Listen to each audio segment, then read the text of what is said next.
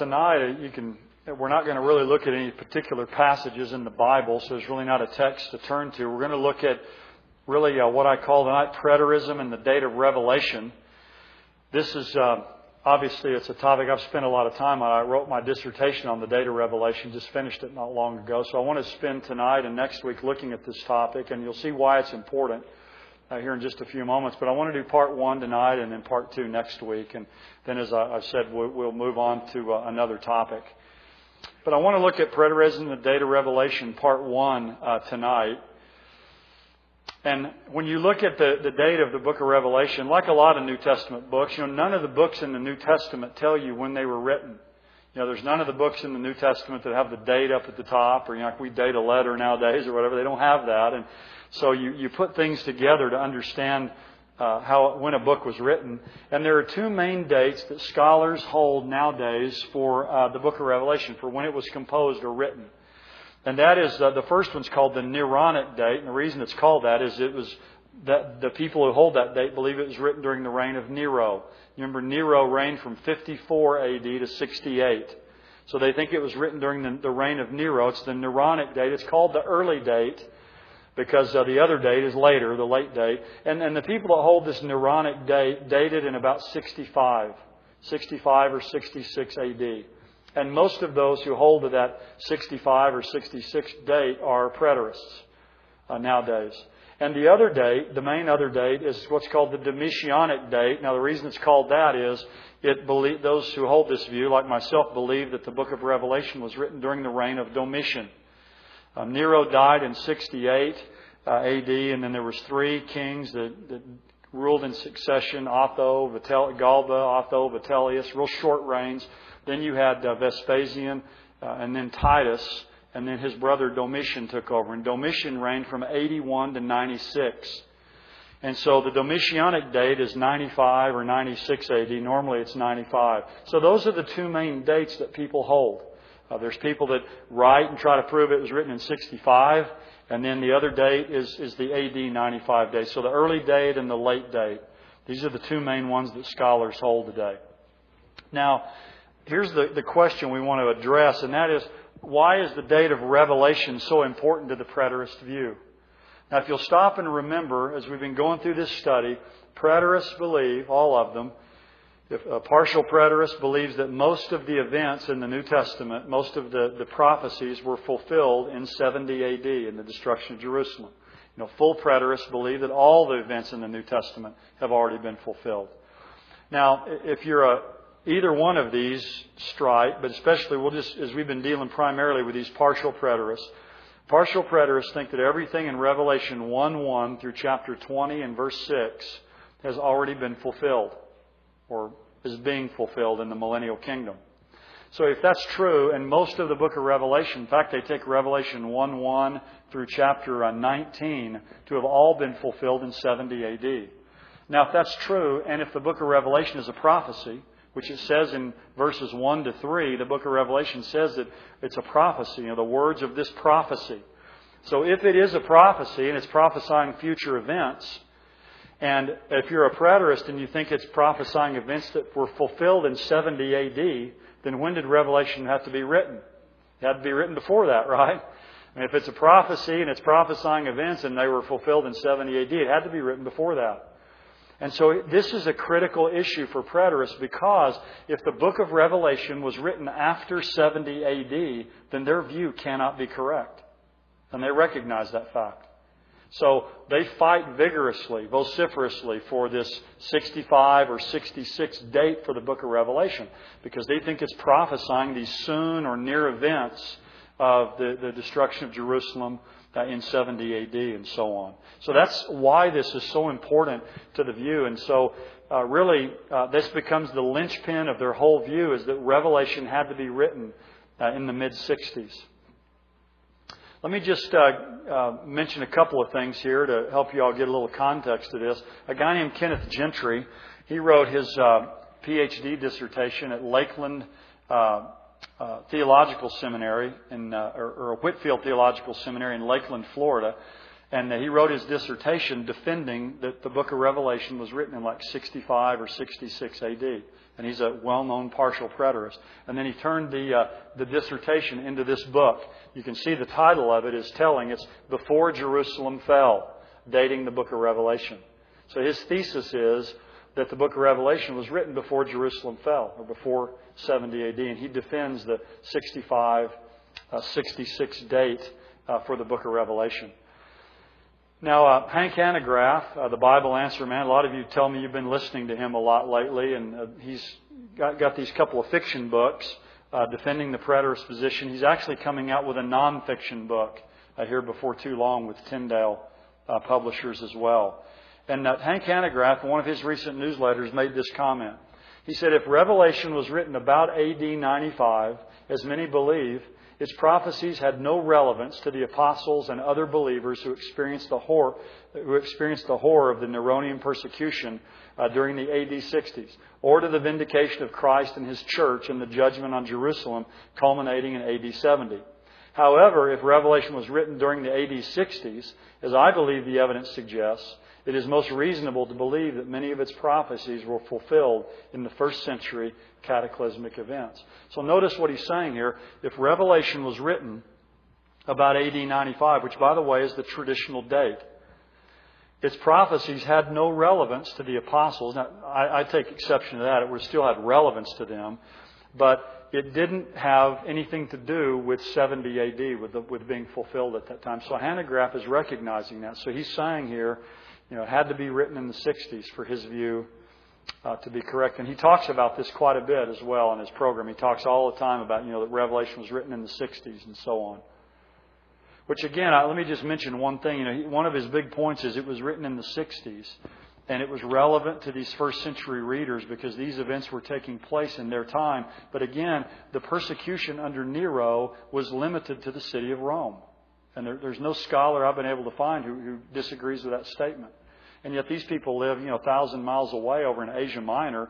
It really didn't have anything to do with them. Nero's persecution in Rome didn't affect these Christians. Now, they would have been disheartened, obviously, that other believers were going through that, but it really didn't affect them. So Hanegraaff's statement, that if it's in the 60s, all these people experience these things really isn't true anyway. R.C. Sproul, in his book, The Last Days According to Jesus, he says if the book, he's talking about Revelation, he says if the book was written after A.D. 70, then its contents manifestly do not refer to events surrounding the fall of Jerusalem, unless the book is a wholesale fraud, having been composed after the predicted events had already occurred. Which he would disagree that it's a wholesale fraud. So he's basically saying, look, if Revelation was written after 70 A.D., then its events don't refer to the destruction of Jerusalem. So he's admitting if Revelation is written after 70, then basically his view falls apart.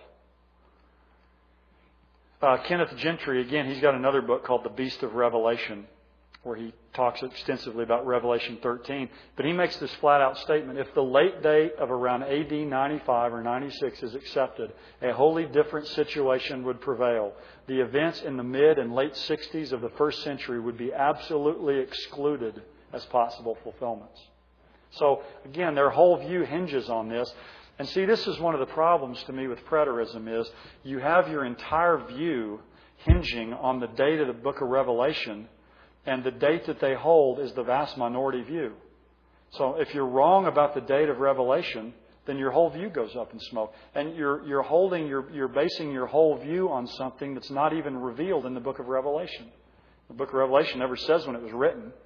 So you're basing your whole view on something that if that falls, if that gets kicked out, then the whole view is like a house of cards, basically. And it comes down. And I think that's one of the real difficulties with this preterist position.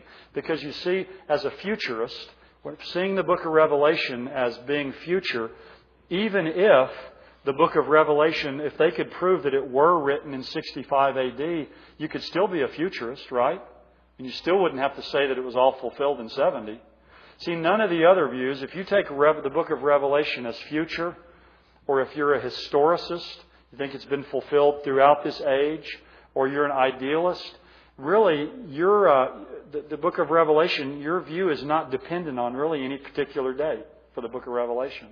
But if you're a preterist and you think it's past, was fulfilled in 70 AD, then your whole view is dependent on this date in the 60s. So this is the only one of the views of Revelation that is dependent on a certain date. None of the other views are. And I think that's one of the great weaknesses of it. Now, there are two lines of evidence when you're going to date a book in the New Testament. And the first is what's called external evidence. Now, you just take the book of Colossians, for instance, or you take the book of Philippians or book of Mark or whatever, any book in the New Testament. Again, none of them give you the date of when they were written. And so when you're trying to figure out when the book was written, obviously one of the things you start with is who wrote the book and when did that person die? I mean, obviously they didn't write it after they died, so their death would be the latest date that the book could possibly be written. And so you look at external evidence, that is evidence outside the book itself. You look at what early church fathers said about it. What some of the apostolic fathers said, the people earliest to the time of the apostles. You look at historical evidence, again, of when the author lived, when the author died, and so on. So you look at evidence outside or external to the book. And then the other thing is you look at internal evidence. You look at the evidence or the clues within the book itself that give indications of when that book was written. And so that's, when you're dating a book in the New Testament, those are basically the two kinds of evidence that you have, external and internal. And what I want to do tonight is look at the external evidence for the late date of the book of Revelation. And then next week I want to look at the internal evidence, the evidence from within the book of Revelation itself. Now we're going to take a kind of a bird's eye view of the external evidence and then a bird's eye view of the internal. It's a lot more complicated than what I'm going to give you, but I've tried to distill it down to the most important facts about this to help us understand this. And really, this is just kind of a good exercise to see how books in the Bible are dated. So let's look at this external evidence. And Exhibit A, if you will, for the late date of Revelation, again, it's that 95 date, is a man named Irenaeus. Now, Irenaeus, his name comes from the Greek word Irene, which means peace or peaceful. And so he's given this Greek name by his parents, and he was one of the very well-known early fathers in the church. Irenaeus lived from about 120 AD to 202 AD. So if the book of Revelation was written in 95, as I believe, then he's born within 25 years of the book being composed. So he's really early. And the earlier you can go back with a person and hear what they say, the more likely it is to be credible about these historical events, because things aren't going to have had as much time to get clouded up. Another thing that's interesting about Irenaeus is he was the Bishop of Lyon in southern France, or Gaul in that day. So, he was way, way far away from the centers of Christianity in that time, and which I think is important as well, because this shows that people held this view of Revelation spread all over the Roman Empire of that day. This is another very important fact about him. He was born and raised in ancient Smyrna. Now, you remember that the book of Revelation was written to 7 churches. In Revelation chapters 2 and 3 chronicle these 7 churches and the letters that Jesus wrote to them. You remember the first one was the letter to the church of Ephesus. We talked about this last week. Those 7 letters would have been the postal route that someone would have taken delivering letters in that day. So they would have landed there at Ephesus, delivered the letter there, and the next church the next city was the city of Smyrna. It's the modern day city of Izmir in Turkey, where about 2 or 3 million people live. Now, this is important because, again, Irenaeus was born and raised in one of the cities where the book of Revelation was first circulated. So he would have had an awareness of this, and I'm sure the church that he went to and the place where he was brought up there, this was something that was known in that area. A fourth fact about him that's very important is he was discipled by Polycarp. Now, Polycarp was the bishop of Smyrna. When you go there today, even to Izmir, there's churches there. Everywhere you go, things are dedicated to Polycarp. And Polycarp was martyred in the city of Smyrna in 156 A.D. So, Irenaeus at that time would have been about 36 years of age at least during that time. So he was discipled by Polycarp. And then here's another very important fact is Polycarp was a disciple of the Apostle John. So you got John teaching Polycarp, and you've got Irenaeus being a disciple of a guy that was discipled by John. So you've got a really close link here to John, who wrote the book of Revelation. And so Irenaeus, his most famous writing was a book that he wrote called Against Heresies. And it was written in AD 180. Now, we don't have a Greek copy of that anymore. We only have it in Latin. But a lot of the quotes out of it are preserved in Greek by a guy named Eusebius that we'll talk about later. But he wrote this great manifesto called Against Heresies. So Irenaeus, he's really Exhibit A for the late date because, as we're going to see here in a moment, he makes a statement about when the book of Revelation was written. And it's important because he's raised in one of the cities the book of Revelation was given to. He's discipled by Polycarp. And so he's right there in the nerve center, really, of where people would have known about the book of Revelation. Now, here's the statement of Irenaeus. And Against Heresies, it's book 5, chapter 30, and section 3. And he's writing in this section about the Antichrist. He's writing about Revelation 13. He's thinking about this chapter. And he says, "We will not, however, incur the risk of pronouncing positively as to the name of the Antichrist." So he says, I don't know who he was, and I'm not going to try to figure it out. "For if it were necessary that his name should be distinctly revealed in this present time, it would have been announced by him who beheld the apocalyptic vision." That is, by John. In other words, John would have told us who he was if we would have needed to know about it at this time. But then notice he says, "For that was seen no very long time since, but almost in our own day, towards the end of Domitian's reign." So if you take this apart and look up there at what he says, "It would have been announced by him who beheld the apocalyptic vision. For that was seen." Now the "that" there would be what? The apocalyptic vision. That's the nearest grammatical antecedent to this. "For that the apocalyptic vision was seen no very long time since, but almost in our own day, towards the end of Domitian's reign." Domitian died in 96 AD, so towards the end of his reign would be 95 or 96. So beginning back in the early church, this statement of Irenaeus was taken by people to indicate that he believed that the apocalyptic vision, the apocalypse, the revelation, was seen by John towards the end of Domitian's reign. Now, to me, this is a fairly clear statement, and when you look at it in Greek, it's very clear as well. But preterists make 3 objections to the testimony of Irenaeus. You see, they don't like this statement of Irenaeus because it says that the apocalyptic vision was written at the end of Domitian's reign, and it's a killer for them. I mean, you got a guy born and raised in Smyrna, a guy that was discipled by Polycarp. I mean, it's a really brutal statement for them. So their first objection to the testimony of Irenaeus is they say, well, Irenaeus was ambiguous. And here's what Hanegraaff says. He says, advocates of a late date for Revelation cite as their strongest evidence the early church father Irenaeus. Yet his key testimony is ambiguous and can be taken to mean either that John or that John's apocalyptic vision was seen toward the end of Domitian's reign. Now let me just go back up and we'll look at this again. Notice again the sentence here. It would have been announced by him who beheld the apocalyptic vision, for that was seen no very long time since, but almost in our own day. Now what preterists say is that it says it would have been announced by him who beheld the apocalyptic vision, for he was seen no very long time since. That is, John was seen. So it's telling you when John was seen, that he was seen near the end of Domitian's reign, and not that the book of Revelation was seen at that time. Because the word "that" is not really in there in the Greek language. It's just for it was seen or that was seen, or it could even be he was seen, possibly. Although it's not in the masculine there as it's translated in Latin. But that's their statement is, look, this is ambiguous. It could refer to John, or it could refer to the apocalyptic vision. Now there's several problems with making that statement. One of them is the first person to say that this statement here refers to John and not the book of Revelation was a German preterist named Johann Jacob Wettstein in 1751.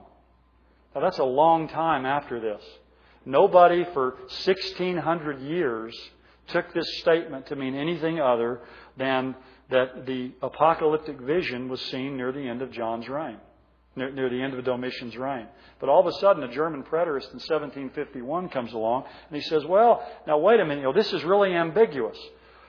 Well, it wasn't ambiguous to the original readers who were natural Greek speakers, for hundreds of years.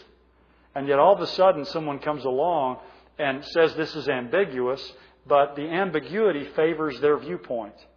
And so, again, the nearest antecedent to, that was seen is the apocalyptic vision. I mean, the only thing I can say, and I went on page after page of this, but the basic conclusion is it's not ambiguous. It says that the apocalypse was seen during the end of Domitian's reign. Now, a lot of preterists will agree, well, okay, it's not that ambiguous. Probably does refer to that. Well, then their second objection is Irenaeus was wrong. So they kind of argue in the alternative, well, it's ambiguous, but if it wasn't ambiguous, then he was just mistaken about it. It really wasn't written then. And what they do is they point out one glaring mistake that Irenaeus made in his writings. And Irenaeus in his writings says that Jesus lived to be about 50 years old and that his earthly ministry lasted for about 15 years. Now, I would agree with him. He's incorrect about that. That's an error. But if you read Irenaeus in his original writings and against heresies, the reason he says that is, you remember that passage in John chapter 8 where Jesus tells the people who were there, he says, Abraham rejoiced to see my day. And they said, well, how did Abraham see your day? They said, you're not even 50 years old yet. And then Jesus makes the statement, before Abraham was, I am. Now, when Jesus said, when they said you're not even 50 years old, then Irenaeus took that to mean that maybe Jesus really was about 50 years old. Now, he's wrong about that, but he was basing it on a passage in the Bible. He was trying to understand the Scripture, and I would agree with preterists that he interpreted that incorrectly. But they say, well, since he was wrong about that, then he's probably wrong about this too. Well, you can go to anybody's writings and find somewhere where they're wrong about something. And you don't go along and say, well, he was wrong about this, so, we're not going to believe anything else the guy says. Irenaeus is one of the greatest church fathers that we have. And he tells you in his own writings why he came to this view about Jesus being 50 years old. And here's the statement or the response that I have to preterists is there was no one in the early church in a better position to know when the book of Revelation was written than Irenaeus. There was nobody better. The guy was born and raised in Smyrna. He was discipled by Polycarp, who was discipled by the Apostle John. If you wanted to go find the best candidate in the early church to tell you when the book of Revelation was written, it'd be Polycarp. It would be Irenaeus. So to say that just because he made one other mistake in his writings, that he's this mistake, error-prone person, to me, again, is really grasping. Well, then the final argument that they make about Irenaeus is they say, everybody else in church history, and there's a long list of people that all say that the book of Revelation was written in Domitian's reign. They say everybody after Irenaeus, all they did was just parrot him or just repeat what he said. So, his views out there, and so all these other people that you claim, are these great witnesses, all they're doing is just following what he said. Now, here's what's interesting to me, if you follow this with me for just a moment. Their first argument is Irenaeus was ambiguous. We don't really know what he said. Their third argument is that everybody just followed what he said and said that the apocalypse was seen during Domitian's reign. Well, my thought is, if he was that ambiguous, why did everybody follow him? Why did everybody parrot him and say that it was written during the reign of Domitian? To me, those are totally inconsistent arguments. You can't say on the one hand, we don't really know what he was talking about, and then after that say, well, everybody did know what he was talking about and followed this certain line of reasoning. So those are the three main objections. And when you hear preterists talk, it's fascinating because a lot of preterists are really big on church history, and they'll go back in church history and look at what people said and all. But all of a sudden you get this statement of Irenaeus that goes against their view and they want to tear it apart. They wouldn't do that with any other statement by anybody in church history. But it goes against their view, so they have to somehow show that he was wrong in what he said. So those are the real objections to Irenaeus, and those are the problems with their arguments, I think. I don't think it's ambiguous at all. There's no evidence he was mistaken. And other people after him, some of them did probably repeat what he said, but the reason is because they understood what he said, and they trusted him, because he was a well-known church father. Well, there are others in church history as well who deal with this issue. One of them is Eusebius. Now, there are a lot of other folks. I'm going to go and kind of fill the gaps in here in just a few minutes, and this will help us out. But Eusebius wrote his great book, Ecclesiastical History. Eusebius, his name was Eusebius Pamphili. He was around from about 260 A.D. to about 340 A.D. And he was the bishop of Caesarea there in the nation, in Israel, back in the early church. And he is known as the father of church history. So, we're not talking about some lightweight here or some guy that didn't know what he was talking about. I mean, he's the father of church history. And he wrote this famous book that really it's a great book to read. I've got this copy that I've got up here in my library. It's called Ecclesiastical History, or the history of the church up to that point in time. And Eusebius makes a couple of fascinating statements about the date of the book of Revelation. In Ecclesiastical History, Book 3, chapter 20 and section 10, he says this: "But after Domitian had reigned 15 years, which that would be 95 A.D., and Nerva succeeded to the empire," and Nerva was the emperor after Domitian, "the Roman Senate, according to the writers that recorded the history of those days, voted that Domitian's honors should be canceled, and that those who had been unjustly banished should return to their homes and have their property restored to them. It was at this time that the Apostle John returned from his banishment in the island and took up his abode in Ephesus, according to an ancient Christian tradition." So we know that John was banished to the island of Patmos when he wrote the book of Revelation. He tells us that in Revelation 1:10. And he says, Eusebius does, that he was banished there by Domitian. He was banished there under Domitian. He had to receive the revelation during that time. By the way, just one historical note here. Where it says up there that after Domitian died, the Roman Senate recorded the history of those days, that his honors should be canceled. All over the Roman Empire when you go, and in fact I've seen inscriptions at Ephesus, when you go to Hierapolis over in modern-day Turkey, you look up at these beautiful arches up at the top, and they have the names of folks written up there, and you see somebody who's just gone up there and just scratched out a name up there, and it's Domitian's name. It was called the Damnatio Memoriae. In other words, the damnation of his memory. His memory was damned. They took it off all these places. You'll see these huge writings, and it'll be about Domitian. You can tell from reading it, and his name's just scratched out. They went and just took his memory away, kind of like Lenin did. Some of the folks that helped him out. You just kind of getting rid of their memory.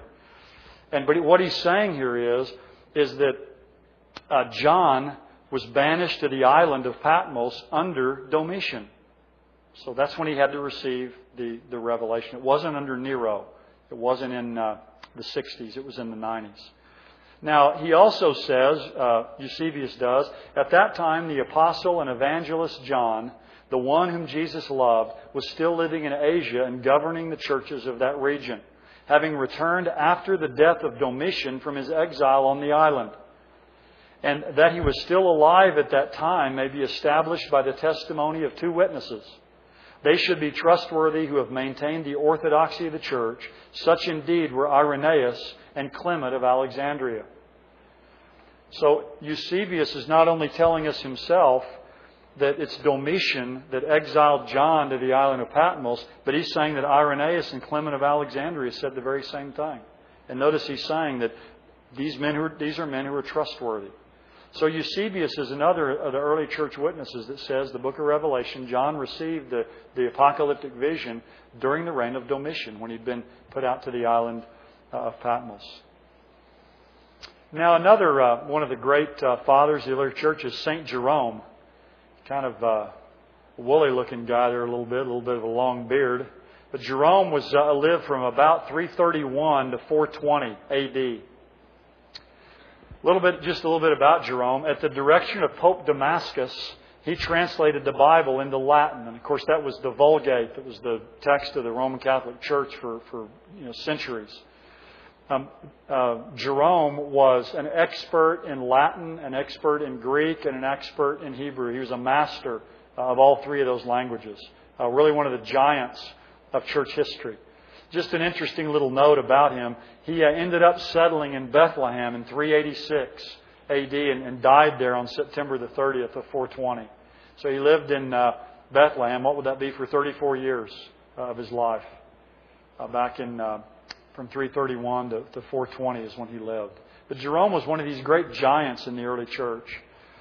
And Jerome, in his book Against Jovanium, written in about 393 AD, Jerome wrote that John was a prophet, for he saw in the island of Patmos, to which he'd been banished by the Emperor Domitian as a martyr for the Lord, an apocalypse containing boundless mysteries of the future. So Jerome's saying that during the reign of Domitian, which is between 81 and 96 AD, John got banished to the island of Patmos, and that's where he received the revelation there on that island. So again, it's not in the 60s, it's in the 80s, or at least in the 80s, but probably in the 90s. In his book, Lives of Illustrious Men, he says this: in the 14th year after Nero, Domitian, having raised a second persecution, he was banished to the island of Patmos and wrote the Apocalypse, on which Justin Martyr and Irenaeus afterwards wrote commentaries. But Domitian, having been put to death and his acts on account of his excessive cruelty having been annulled by the Senate, he returned to Ephesus under Pertinax, and continuing there until the time of the Emperor Trajan, founded and built churches throughout all Asia, and worn out by old age, died in the 68th year after our Lord's Passion, and was buried near the same city. So what he's saying here is that Nero raised up a second persecution, and it was during that time that John was banished to the island of Patmos, where he wrote the book of Revelation. So again, Jerome is saying John wrote Revelation. He saw the Revelation during the reign of Domitian. It wasn't during the reign of Nero. Now, here's some other evidence. I haven't put quotes up by all these people, but I could go through and show you from all these folks the evidence here. These are all the people that I believe support the 95 date from church history. Now, some of you, these names won't mean anything to you. But there's actually a guy even before Irenaeus, a guy named Hegesippus, or some people call him Hegesippus. Dr. Honer, whenever you talk about these kind of words, he always says it always depends on which syllable you put the emphasis. So anyway, I call him Hegesippus. But he was actually even before Irenaeus, and I think that he supports the 95 date as well, but it's a lot more complicated to go into all that, and I thought I'd spare you that tonight. But Irenaeus is really, again, this Exhibit A. But then you have a man named Clement of Alexandria, one of the great fathers in the early church. You have Tertullian, the great lawyer from Carthage in North Africa. You have Origen, who was part of the Alexandrian school there in North Africa. You have Dio Cassius, who actually was a Roman historian, and he doesn't mention John being banished, but he does mention that after Domitian died, that his successor Nerva brought back all the people that had been banished. And that fits in very well with what we know about John. Then you have a guy named Victorinus in about 300 AD, and we still actually have the commentary of Victorinus. It's the oldest Latin existing commentary on the book of Revelation. And Victorinus says in his commentary on Revelation 17 that John was banished to the island of Patmos by Domitian, and he received the apocalypse there. Again, we've already looked at Eusebius, the father of church history. And he makes a couple of statements that the book of Revelation was written in 95 AD. You have Jerome, the translator of the Bible into Latin, the writer of the Vulgate, one of the giants in the early church. You have a man named Sulpicius Severus in 400 AD. A guy named Paulus Orosius. He was actually a disciple of other folks back in that day, of Jerome back in that time. You have a guy named Primasius. He lived in North Africa. And Primasius, his commentary is the second oldest Latin commentary that we have. Then there's a guy named Andreas of Cappadocia. And his commentary is still available. It's in Latin and Greek. And you can get a copy of it. It's not easy to find, but he makes statements that's clear that he believed the Revelation was written during Domitian's reign. You have a work called the Acts of John, supposedly written by a guy named Prochorus. But in that writing, it's really clear that John was banished during the reign of Domitian. And he's on the island of Patmos, and that's where he receives the revelation. And then the last guy here, I like this guy. His name is the Venerable Bede. And the Venerable Bede was actually lived over in the area of modern Great Britain. And he lived in circa 700 A.D. And the Venerable Bede held that the book of Revelation was written in 95 A.D. Now, if you know anything about church history, that's a pretty impressive lineup right there.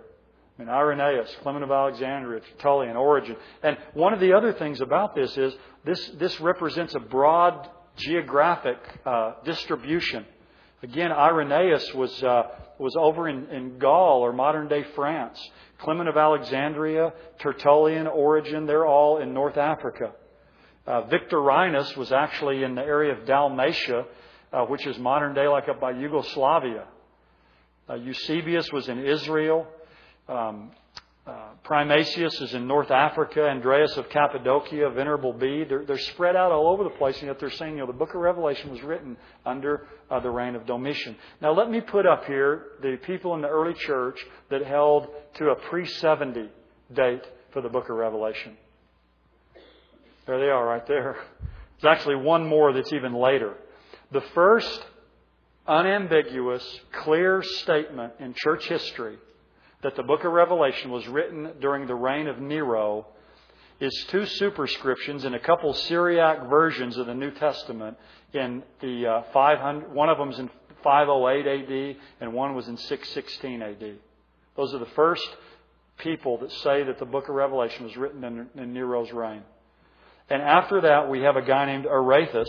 But notice how late this is. This is in 850 to 900 A.D. Now, there's actually another guy who ran out of room on the chart named Theophylact, and he held that the book. He was in about 1100 A.D. that the book of Revelation was written before 70. But you'll notice you got on this side over here about 508 and then 616 A.D., these two Syriac versions of the New Testament. But before that, you have Hegesippus, Irenaeus, Clement of Alexandria, Tertullian, Origen, Victorinus, Eusebius, Jerome, Sulpicius Severus. Really, you couldn't have a better list of people in the early church holding to this idea. So to me, when you look at this external evidence, it's really overwhelming that the book of Revelation was written in 95 A.D. And in fact, that's been the view of the church from early times. I got the chance back in, I forget what year it was now, probably in about 2000. Probably about 2000. I went with a friend of mine over to the 7 churches over in Turkey, and I've had the chance to go back a couple more times. But we spent like 3 days on the island of Patmos.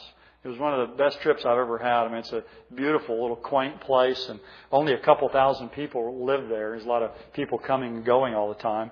But up at the top, at the pinnacle really of the island, they have the monastery up there that's dedicated to John, to the Apostle John. And there are a lot of Greek Orthodox priests and so on that live up there and take care of all this. And actually, it's built on the site of a temple that was actually built up there to Artemis. And some of the huge stones are still there in the ground that you can see where they built this church, this monastery to John in that place. But when we were there, it's interesting, these Greek Orthodox priests, they're about the least friendly people that you'd ever meet in your entire life. They sit there kind of at the gate of the thing, and they have this unbelievable library in there with all these ancient Greek manuscripts. They won't let anybody go in there, and you try to talk to them about something, and they've lived there too long, I guess, and been harassed and bothered, and they just don't want to talk to you. But we were up there like 2 or 3 different times.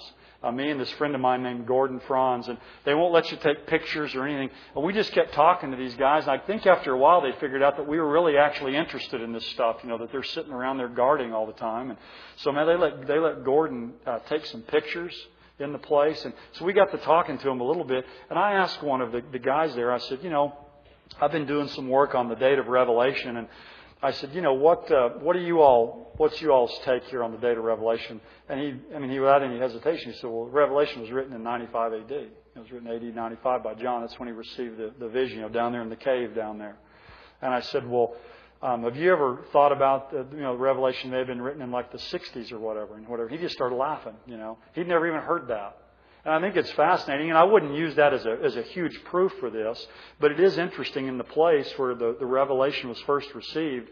Those who were there in the Greek Orthodox Church, not only do they not hold to a date other than the 95 date, this guy had never even heard of it. So I think that's interesting in the origin or the place that this occurred. So here's all this evidence you can see. Here's the external evidence. You can line it up here. And let me just say this as well. With some of these folks like Clement of Alexandria, Tertullian, and Origen, the 3 of them, they don't actually say directly that the book of Revelation was written under Domitian, but they make statements that make it very clear that that's what they believe. And anyway, I just want to make that statement clear. But Preterists come in and argue that that's not what they're saying. They've got all kinds of arguments to get around that. But I'm convinced that it's easy to prove that they support that date as well.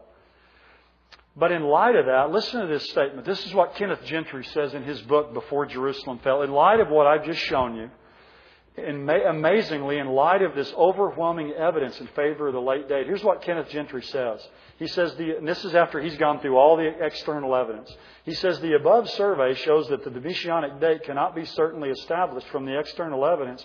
Indeed, when carefully scrutinized, the evidence tilts in the opposite direction.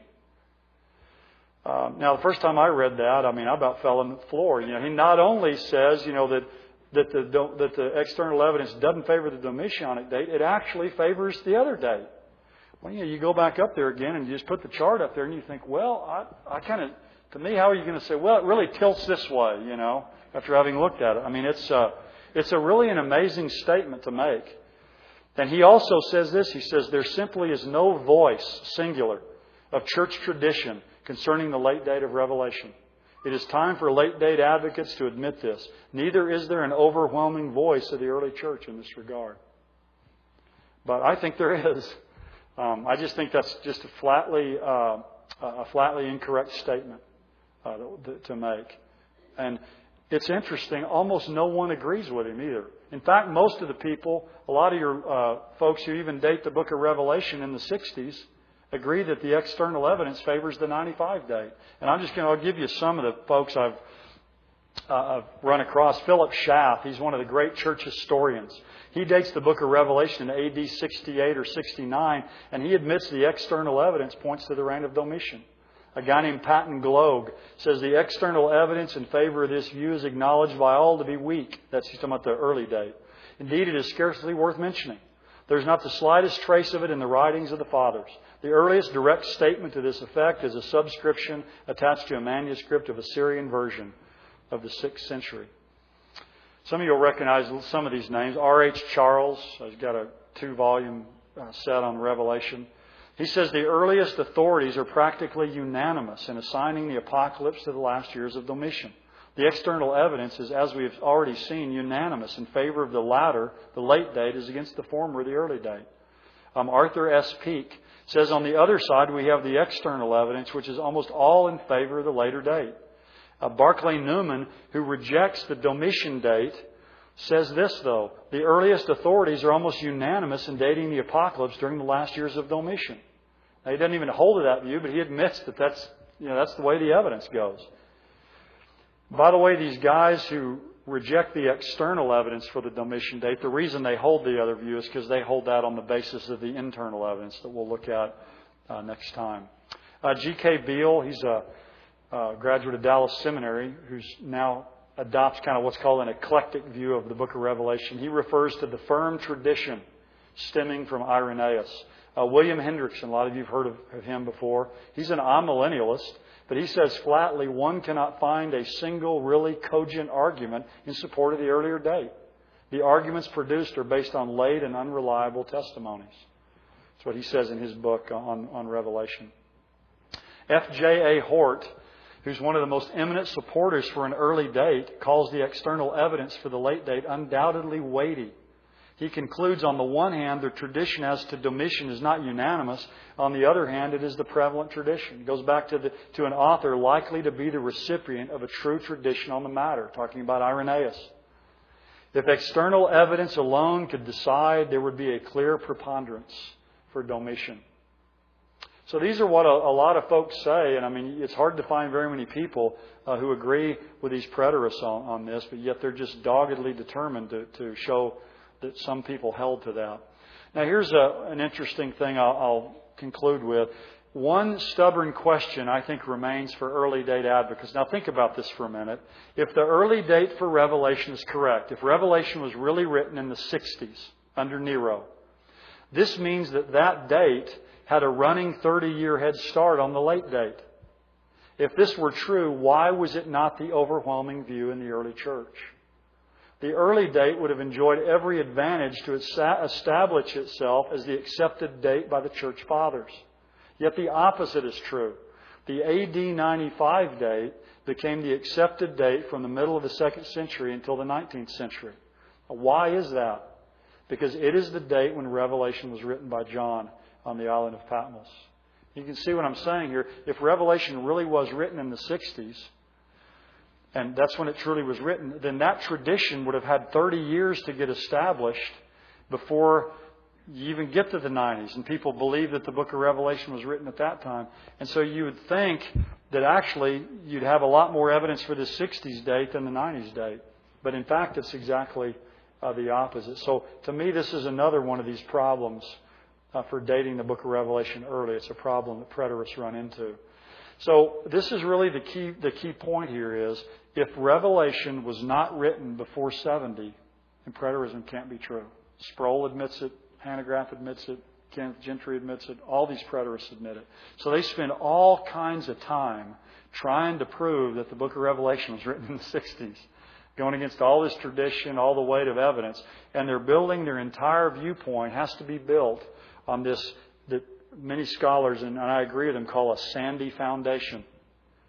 And if you can kick that date out, the date of Revelation, then the whole thing goes down. And that's why I wrote my dissertation on this topic, because I defended this late date of Revelation against the early date, and I think successfully, and I hope to get that published. And preterists won't like it, and they'll be writing all kinds of stuff against it, but I want to get engaged in that debate because I want other people. A lot of people are getting persuaded, that, oh yeah, Revelation was written in the 60s, and they read things by Gentry and other people, and they haven't heard the other side really clearly.